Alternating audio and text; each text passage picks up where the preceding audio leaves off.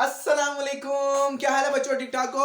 अच्छा बच्चों, आज हम क्या पढ़ने जा रहे हैं? आज हम फर्स्ट ईयर का चैप्टर नंबर 1 और उसका टॉपिक है एरर्स। ठीक है, ये टॉपिक है वैसे आपकी बुक में, एरर्स एंड अनसर्टेनिटीज। तो इसके अंदर आज हम बात करने जा रहे हैं एरर्स क्या होते हैं और एरर्स की कितनी टाइप्स हैं। ठीक है। अच्छा बच्चों, आप लोगों को मालूम है, हम लोगों ने शुरू में ही बात की है इस कोर्स में कि जितनी भी फिजिक्स के अंदर हम डिस्कशन करते हैं वो सारी मेजरमेंट्स पर बेस करती है। किस पे? मेजरमेंट्स पर बेस करती है।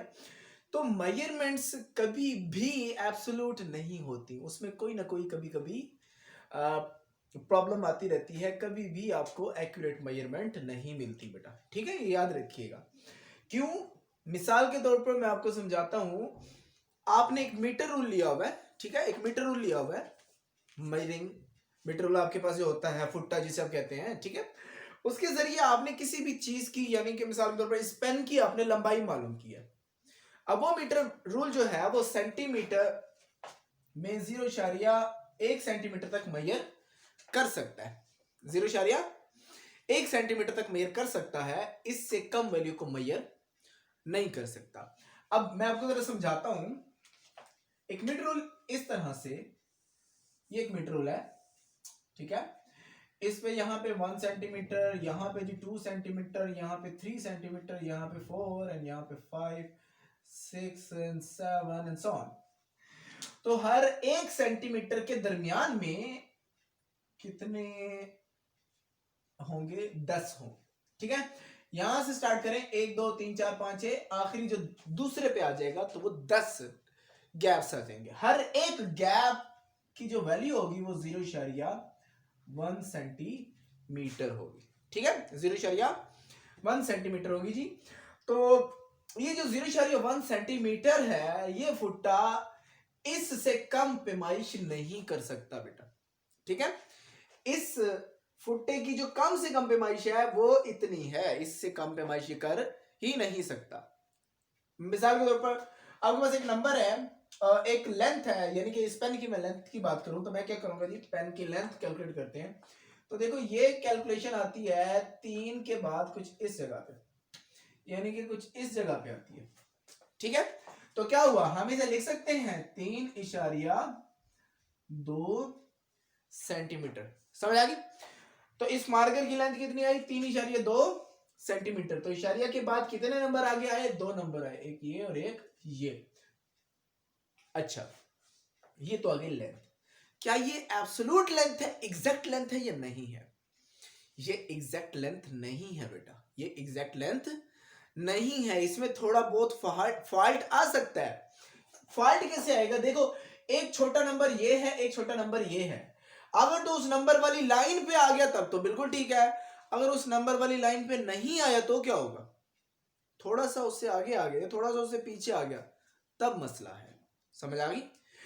तो फिर उसके लिए हमें मजीद उससे बेहतर वाला फुट्टा लेना पड़ेगा, जिसमें इन दोनों छोटे गैप्स के दरमियान में भी जो गैप है उसको फिल करने वाले नंबर भी होने चाहिए, ठीक है।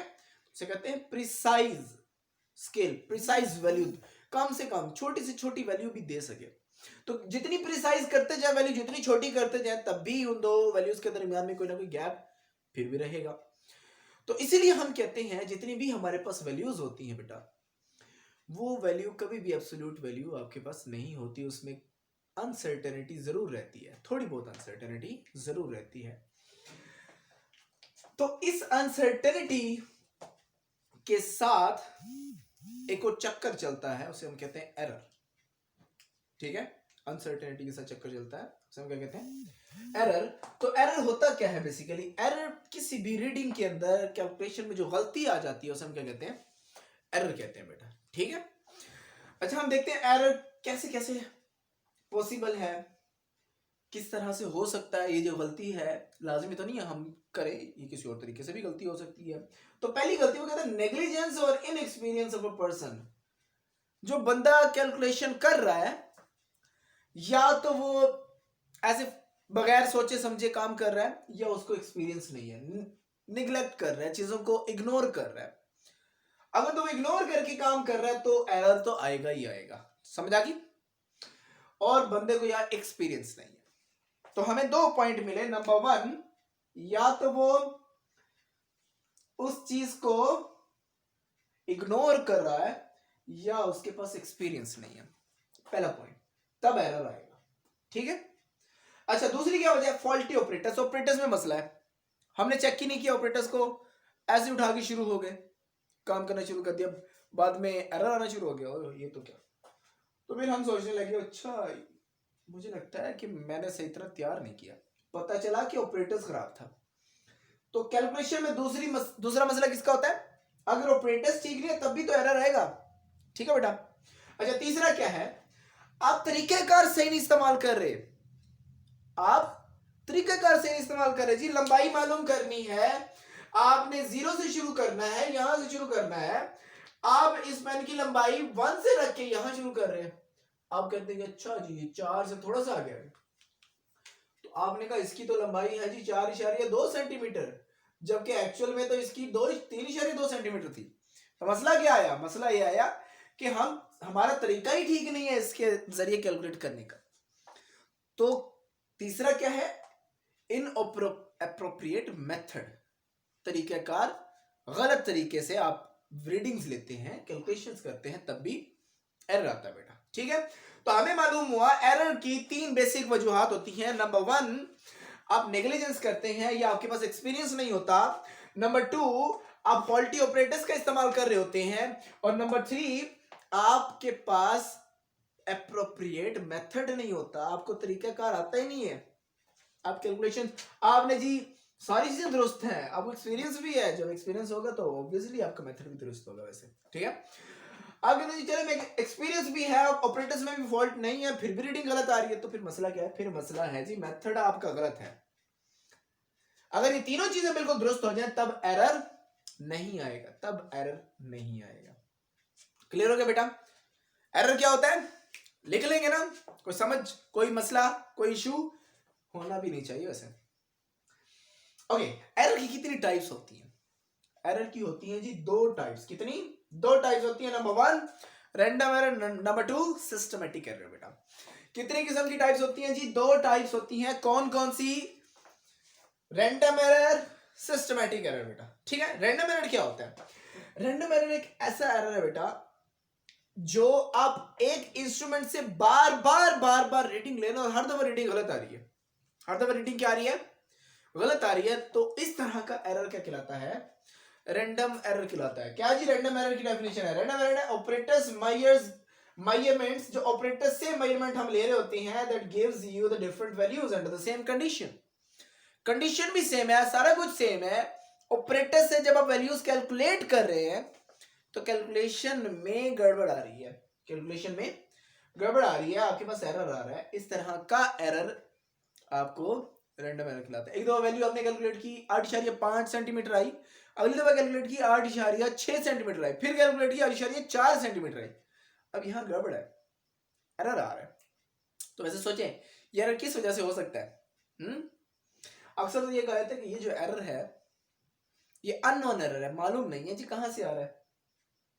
वैसे देखा जाए हो भी सकता है कि आपका मेथड जो है उसमें कोई गड़बड़ आ रही है या आपको एक्सपीरियंस नहीं है, लेकिन पॉसिबल ये जो रैंडम एरर है ये इनएक्सपीरियंस शख्स से होता है। ठीक है। उसका एक्सपीरियंस नहीं है, उसने सही तरह से कैलकुलेशन को गौर से नहीं देखा, कैलकुलेशन कर रहा है, तो पर्सन की वजह से एरर आ रहा है।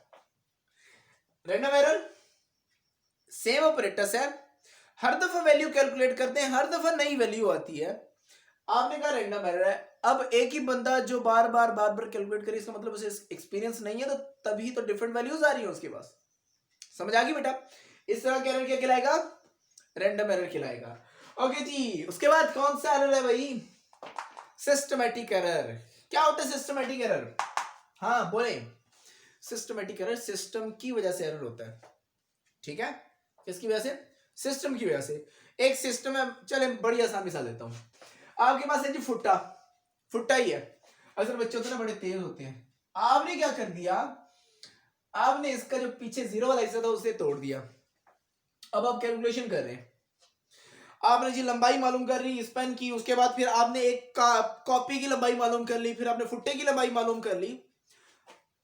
आपने देखा जो कॉपी की लंबाई मालूम की, कॉपी की लंबाई मेरे पेन की मालूम की, तो पेन की आई जी 4.2 सेंटीमीटर। कॉपी की मालूम की, कॉपी की आई 7.5 सेंटीमीटर। ठीक है, और आपने इसी तरह से किसी और चीज की भी लंबाई मालूम की, उसकी लंबाई आ जी 10.7 सेंटीमीटर। समझ आ गई? इसकी लंबाई असल में कितनी है? 3.2 सेंटीमीटर। इसकी लंबाई असल में कितनी है? 6.5 सेंटीमीटर। इसकी लंबाई असल में कितनी है? 9.7 सेंटीमीटर। समझ आ रही है? असल लंबाई इसकी ये है, किताब की असल लंबाई ये है, मार्कर की असल लंबाई ये है। तो देखो सबके अंदर जो मसला आ रहा है वो सेम स्टाइल में आ रहा, नहीं आ रहा? सेम आ रहा, नहीं आ रहा? इसमें भी 1 सेंटीमीटर का मसला है, इसमें भी 1 सेंटीमीटर का मसला है, इसमें भी 1 सेंटीमीटर का मसला है। 3.2 असल है लेकिन 4.2 आ रही है। 6.5 असल है लेकिन 7.5 आ रही है। 9.7 असल है लेकिन 10.7 आ रही है। तो ऐसा एरर जो तमाम वैल्यूज में, तमाम मेजरमेंट्स में सेम एरर दे, सेम क्वांटिटी का एरर दे, इस तरह का एरर क्या कहलाता है?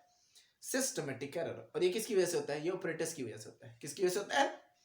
ऑपरेटर्स की वजह से होता है ये सिस्टमेटिक एरर। यानी कि ऑपरेटर्स में फॉल्ट है। देखो इसका ऑपरेटर्स में ही फॉल्ट है ना, ये फुट्टा खराब हो गया, पहला वाला 1 सेंटीमीटर टूट गया, तो इस वजह से तो एरर आ रहा है। ओके, तो हम क्या कहते हैं? It refers to effect all the measurements of a particular quantity। और तमाम क्वांटिटीज में क्या होता है भाई?